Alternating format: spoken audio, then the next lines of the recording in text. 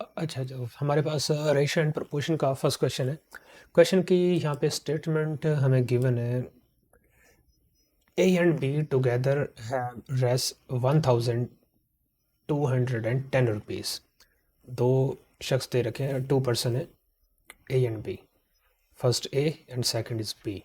इन दोनों के पास जो अमाउंट है वो टोटल अमाउंट है 1210 रुपीज़। अब कहा जा रहा है कि कंडीशन क्वेश्चन की ये है कि 4/15 of A's amount is equal to 2/5 of B's amount. A की 4/15 अगर अमाउंट करेंगे तो बी की अमाउंट का 2/5 आता है।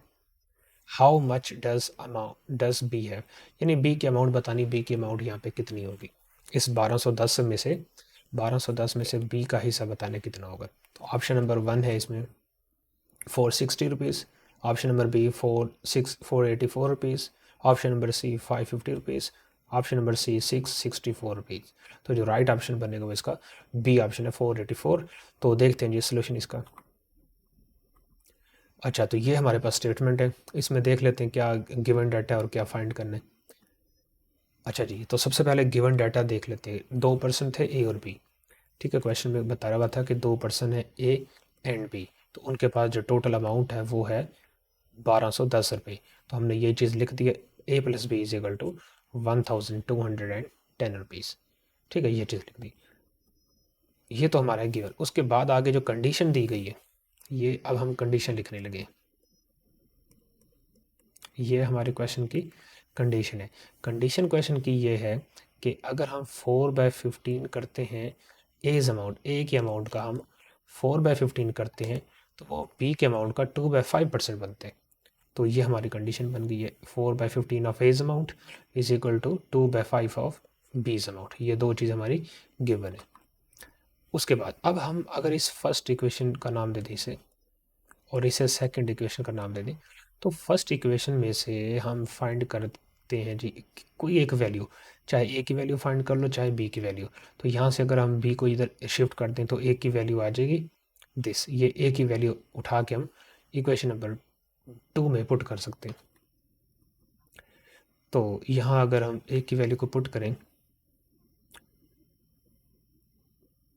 ए इज इक्वल टू 1210 माइनस 20। तो यहाँ से सिंप्लीफाई कर लिया इसने। जैसे ये इक्वेशन है 4/15 A is equal to 2/5 B.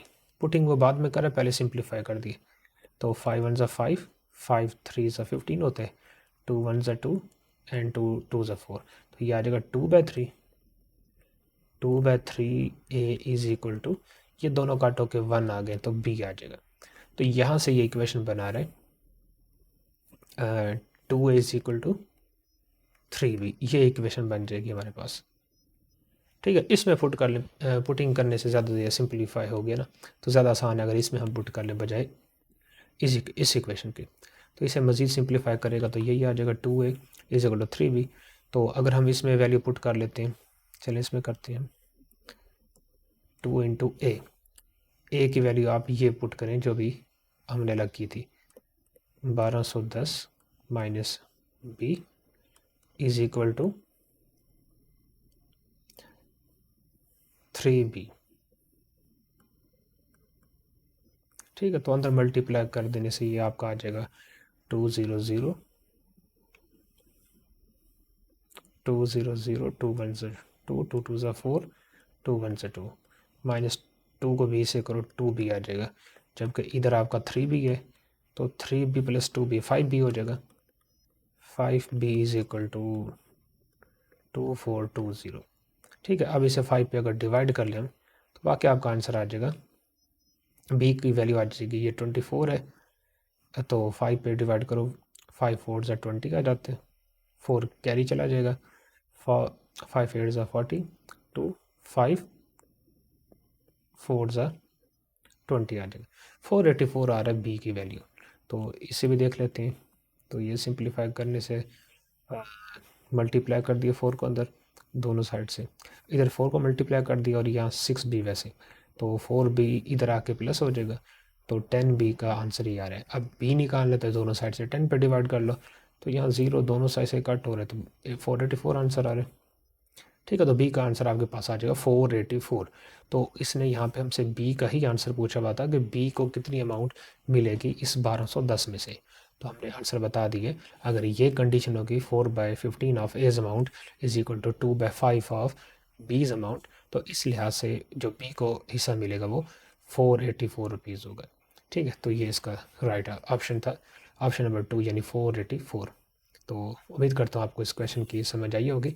अगर किसी किस्म का डाउट हो तो आप मुझे कमेंट करके पूछ सकते हैं। Thank you. अल्लाह हाफिज़।